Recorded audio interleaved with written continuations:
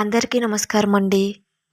మీ అందరి కోసం నా ఊహల నుండి, నా ఆలోచన నుండి పుట్టిన మరొక చక్కటి కథ 'కలలకు రెక్కలు తొడిగే'.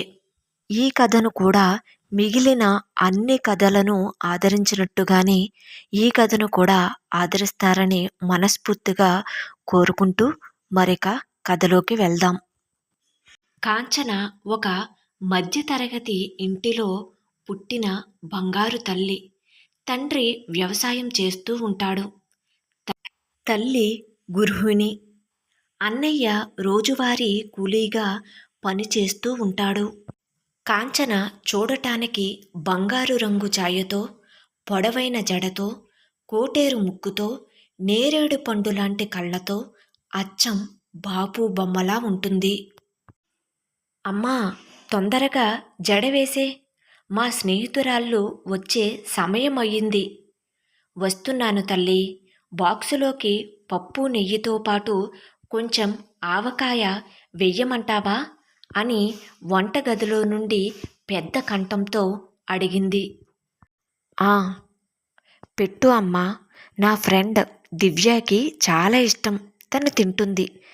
ఇంతకీ నేను రాత్రి చదువుతూ నిద్రపోయాను. కెమిస్ట్రీ బుక్ ఎక్కడ పెట్టావు? ఇదిగో నీ బుక్ అంటూ కాంచన తల్లి తీసుకురాగా, అందుకే అమ్మా, నువ్వంటే నాకు చాలా ఇష్టం అండ్ ఐ లవ్ యూ అని తల్లిని గట్టిగా కౌగిలించుకుంది. నువ్వు నా బంగారు తల్లివి. నీకు సంబంధించిన ప్రతి వస్తువు నాకు ముఖ్యమైనదే అని తల్లి గంగ అంటుంది. తల్లితో జడ వేయించుకుంటూ రాత్రి చదివిన వాటిని అన్నిటినీ ఒకసారి గుర్తు చేసుకుంటుంది. ఇంతలో దివ్య, సునీత రానే వచ్చేశారు. ఆంటీ, మీరు కాంచనకి వేసే జడలకు మా కాలేజీలో చాలామంది ఫ్యాన్స్ ఉన్నారు అని దివ్య అంటుంది. అవునా? నీకు ఒకరోజు వేస్తానులే అని గంగ అనటంతో, బాబోయ్, నాకు ఆ 2 జడలా? ఇంకేమన్నా ఉందా? ఆ 2 జడలు కాంచనకి తప్ప ఇంకా ఎవరికి అంతగా సూట్ కావు. ఇంతలో సునీత అందుకుని, ఏమే దివ్య, ప్రతిరోజు ఆ విరబూసిన జుట్టుతో ఎందుకే మమ్మల్ని తల వెంట్రుకలతో ఉరివేస్తావు? చక్కగా కనీసం ఒక జడ అయినా వేసుకోవచ్చుగా అంటుంది. అది మీలాంటి ముసలమ్మలకు సూట్ అవుతుంది, నాకు కాదు అని మూతిని అష్టవంకర్లు తిప్పుతుంది. సరే సరే పదండి, కాలేజ్కి టైం అవుతుంది అని కాంచన బ్యాగ్ను భుజాన వేసుకుని బయటకు వస్తుంది. గంగ వాళ్ళ ముగ్గురికి ఎదురుగా వస్తూ, బాగా చదువుకోండి, జాగ్రత్తగా ముగ్గురు ఒకే చోట ఉండండి, ఒంటరిగా ఉండకండి అని చెప్పి గేటు వేసుకుని లోపలికి వెళ్ళిపోయింది.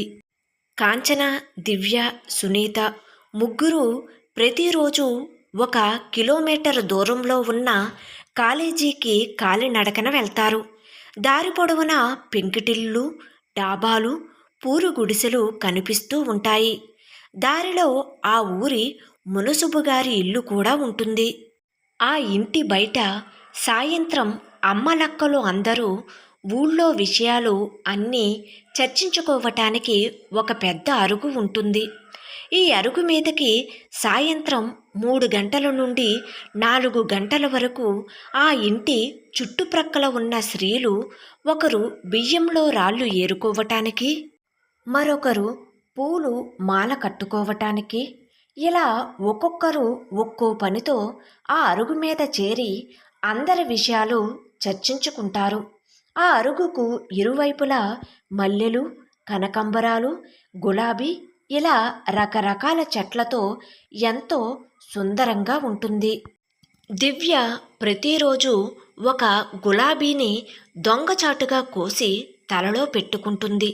చూడు దివ్య, నువ్వు ప్రతిరోజు పూలను దొంగలిస్తున్నట్టు మన మునషబు గారికి తెలిస్తే వాళ్ళు పెంచుకుంటున్న కుక్కను వదులుతారు, జాగ్రత్త అని కాంచన సునీతలు హెచ్చరించారు.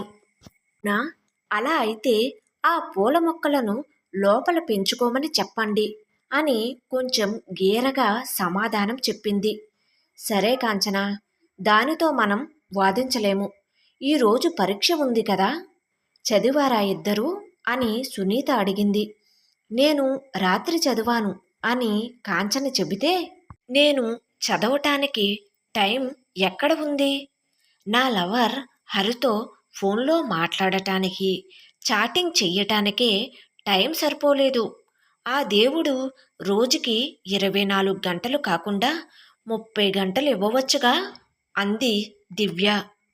మరి నువ్వు సునీత అని కాంచన అడిగింది.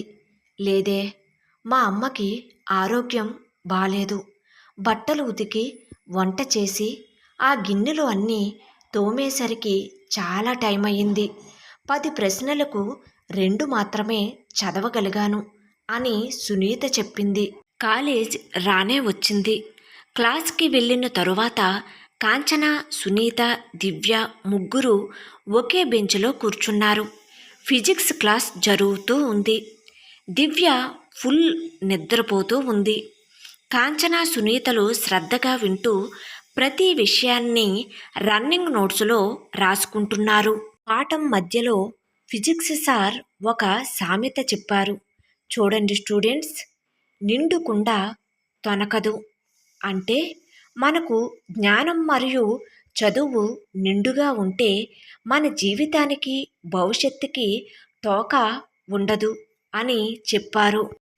సాయంత్రం కాలేజీ ముగిసిన తరువాత ముగ్గురు ఇంటికి వస్తూ ఉండగా దివ్య బ్యాగ్లోంచి ఫోన్ రింగ్ అయ్యింది.